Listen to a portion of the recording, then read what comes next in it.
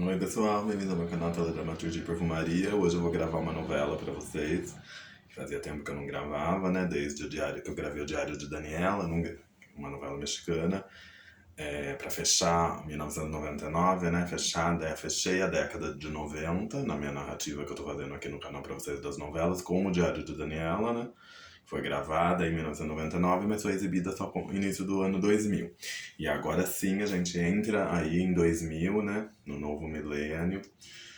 Um ano que foi um ano tão importante, né, para todos nós, um ano que foi de muitas mudanças, né, no Brasil e no mundo.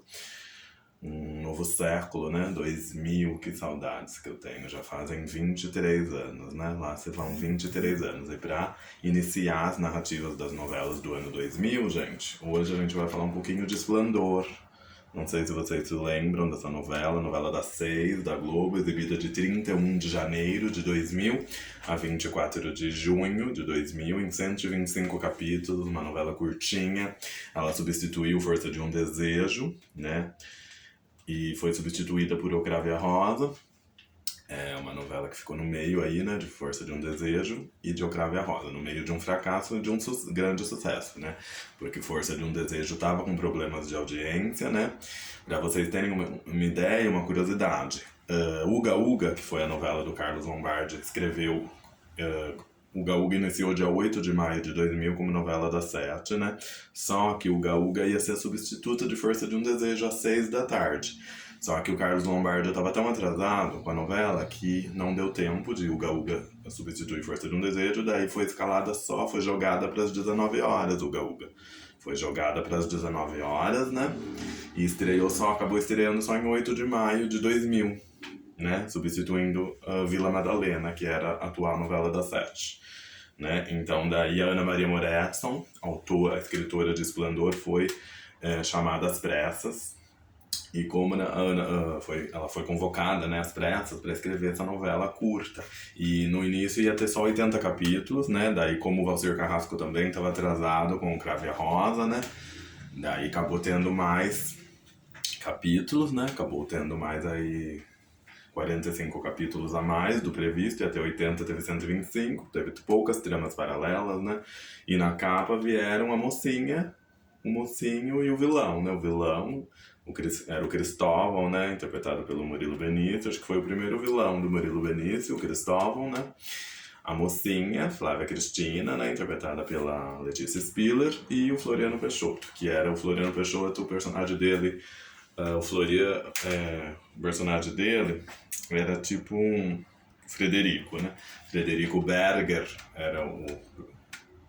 era tipo a Ana Maria Moretti se inspirou um pouco nessa trama para fazer. Ela lembrou um pouquinho, revisitou um pouquinho o clássico da Disney, de Walt Disney, A Bela e a Fera, porque o personagem do Floriano Peixoto, o Frederico, ele era um homem traumatizado, ele era um homem autoritário, severo, triste, né? Um homem soturno. Por quê? Porque ele tinha perdido a mulher dele, a Elisa, num acidente de avião que ele estava pilotando. Então ele, depois que eles sofreram esse acidente e a Elisa, a mulher dele, morreu nesse acidente de avião, ele se culpou. Ele se culpou, se trancou em casa, não ligou mais para os filhos. Ele tinha 3 filhos, né? O Max Fercondini, que era o Fred, a Thaís Versosa, na novela, e o mais novo, que era o Gui, que ele era mudo, né? Que depois do acidente, da morte da mãe, o menino ficou mudo, ficou tipo... que nem o pai, né? E eles tinham a tia Adelaide interpretada pela Cássia Kiss, que era uma mulher doente, que tinha um amor do passado, lembra? Foi uma personagem muito doce, muito sensível também da Cássia Kiss, né? E teve também vidas trocadas nessa novela, que é tipo igual Pérola Negra, né? Porque a Flávia Cristina, que é a Letícia Spiller, ela foi pro sul do país fugida, porque ela tinha um irmão, mau caráter, que era o Caio Blá, né? O irmão dela só dava problema, um marginal. O Caio Blá, daí ela, pra salvar o irmão, ela briga com o homem que tava ameaçando ele, daí o homem morre, daí ela pega a mala dela e foge, né? Com medo da polícia. A Flávia Cristina, daí quando ela tá viajando, ela conhece a Flávia Regina, que a Flávia Regina era interpretada pela Cristine Fernandes, é muito legal a história. Daí elas sofrem um acidente, né? O ônibus capota, o ônibus que elas estão viajando, a Flávia Cristina e a Flávia Regina capota.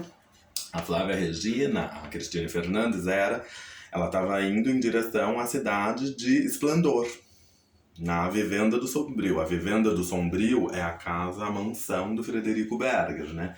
Porque a cidade de Esplendor já sabe que ali é uma casa soturna, uma casa triste, uma casa escura, uma casa misteriosa, que ficou assim depois que a primeira mulher do Frederico, a Elisa, morreu no acidente de avião. E ele se sentindo culpado, porque ele que estava dirigindo, pilotando o avião, né? Ele se trancou em 7 chaves. Então o personagem do Floriano Peixoto, Frederico Berger, foi inspirado um pouco na Fera, da Bela e a Fera. E a Flávia Cristina, Letícia Spiller, era a Bela. É a Bela que chega, né, pra livrar esse homem dessas mágoas, dessa tristeza, desse passado, né, dar uma nova esperança pro coração desse homem. Então é muito linda a história, porque aos poucos a Flávia Cristina vai conquistando esse homem, vai amolecendo o coração dele. É linda a sinopse, né? A trilha sonora também eu achei perfeita, porque teve 17 canções e mesclou nacional com internacional, né? Eu lembro até hoje de Love is a Man, Splendor, Chin, do The Lantern, né? Que era tema da Flávia Cristina e do Frederico. Nem Eu, do Dick Farney, tocava muito também na novela. Catito, da Nat King Cole. A Volta do Boêmio, do Nelson Gonçalves, também eu lembro que tocava muito. The Great Pretender, do The Platters, tocava muito. Bernardine, da Patti Boni, Blue Gardenia, do Calbi Peixoto, Muito Jovem, da Celi Campelo, Se Todos Fossem Iguais a Você, da Silvinha Telles, Mocinho Bonito, da Doris Monteiro, Johnny B. Good, Chuck Berry, nossa, um sucesso, e Que Não Se Vê, né, do Caetano Veloso, que era abertura, né. É uma novela triste, viu, gente?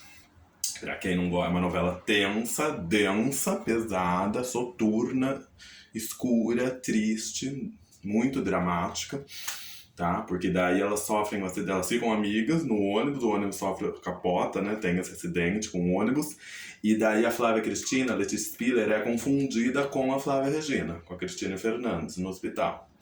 Porque a Flávia Regina que estava indo ser governanta, ela que tinha sido contratada para ser governanta da mansão do Frederico, para cuidar dos 3 filhos do Frederico. Ela tinha sido contratada, não a Flávia. A Flávia Cristina estava fugindo do bandido que estava ameaçando o irmão dela. Ela fugiu, né, de medo das represálias, né, desse bandido que estava ameaçando o irmão dela. E na hora do acidente, como as duas eram Flávia, uma Flávia Regina, outra Flávia Cristina, então elas foram confundidas na hora lá do hospital. A Flávia Regina entra em coma, a Cristina Fernandes, ela fica meses em coma. Depois a Flávia Cristina que fica como governanta. Ela pega, né, o emprego para ela e fica como governanta. Depois, a certa altura da trama, vai ter esse acerto. Quando a Flávia Regina sai do coma, né, daí ela quer ser vingada, a Flávia Cristina. Ela fica com ódio da Flávia Cristina. Se não me engano, ela se une ao Cristóvão, que é o Murilo Benício, que é apaixonado pela Flávia Cristina. Ela se une, a Flávia Regina, se não me engano, se une a ele contra a Flávia Cristina, a certa altura da trama, porque ela fica com ódio da Flávia Cristina ter pegado a identidade dela, né? Ela pega a identidade, ela é confundida com ela no hospital e ela não fala. Não, ela, né? Isso daí é um pouco Pérola Negra, né? A hora que a Pérola assume a identidade da Eva, isso daí ficou um pouquinho igual a Pérola Negra, de uma assumir a identidade da outra, né? E foram inspiradas em outras novelas também, né? Que tinham esse plot, né? De vida, essa sinopse de vidas trocadas, eu adoro.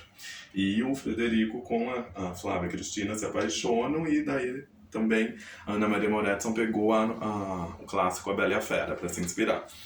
Tá, olha, o CD veio 17 músicas, sendo, se não me engano, 8 internacionais, o resto é nacional, né? Mesclaram, como teve só um CD, então resolveram mesclar, né? Nacional e internacional. Então ficou bem legal, tá? É uma novela que nunca reprisou também, não vale a pena ver de novo, nunca passou no Viva, nem no Globoplay, uma novela assim um pouco esquecida, sabe? Uma novela esquecida pela Globo, uma novela acho que pouca gente conhece, mas marcou aí o início do ano 2000, né? Teve 25 pontos de média, dava 32 pontos, assim, né, de audiência. Um pouquinho acima mais dos 30, mas a média geral foi 25 pontos, tá? Não foi um grande sucesso, mas também não foi um grande fracasso, né?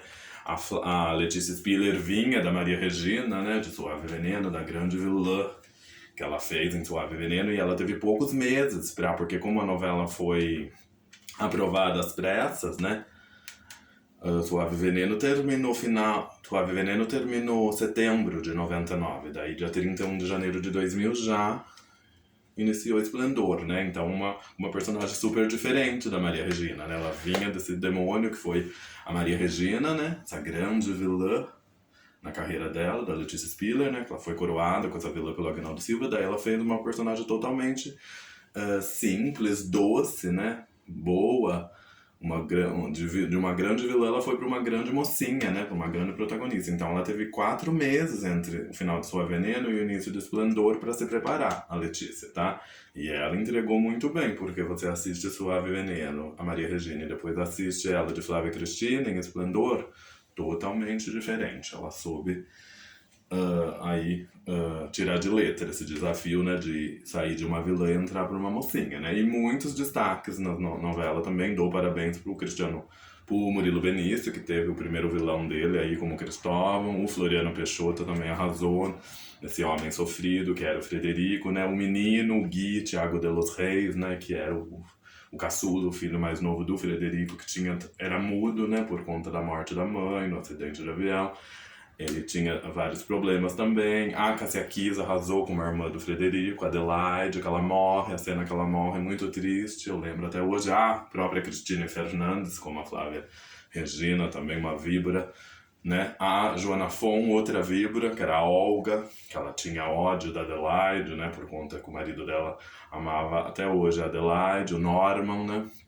Ele não amava, ele era casado com a Olga, mas ele amava a Adelaide. Então a Olga, ela era paralítica, ela não andava e ela tinha esse ódio a Joana Fon, o personagem da Joana Fon tinha esse ódio pela personagem da Cássia Kiss, tá? E a Ângela Figueiredo também era a Elisa, né? Que ela aparecia na mansão, assim, o fantasma dela. Aparecia pro menino, pro filho, pro Gui, aparecia pro Frederico, o fantasma da Elisa, que era vivida pela Ângela Figueiredo, vagava pela mansão, né, pela vivenda do Sombrio, né? E também destaque pro personagem do Osmar Prado, que era muito alegre, muito simpático, e que era casado com a personagem da Cláudia Alencar, né? A Adriana Garamboni também arrasou nessa novela, tá? Então, uma novela com poucos personagens. O Henri Castelli começando, a Juliana Kinst começando, o Caio Blá, né? Muito novinho ainda. Então, é uma galera jovem, né? Que iniciou aí os seus trabalhos, sua carreira de ator, de atriz nessa novela, Esplendor, tá? E uma novela que se passou final dos anos 50, né? Então trouxe de volta, né? Trouxe à baila toda essa narrativa aí glamurosa dos anos 50. Então é uma novela super dramática, densa, intensa, escura, triste, soturna. Não é todo mundo que vai gostar, né?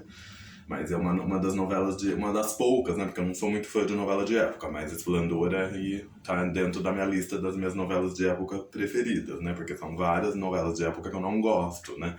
Eu prefiro entre as de épocas e as atuais.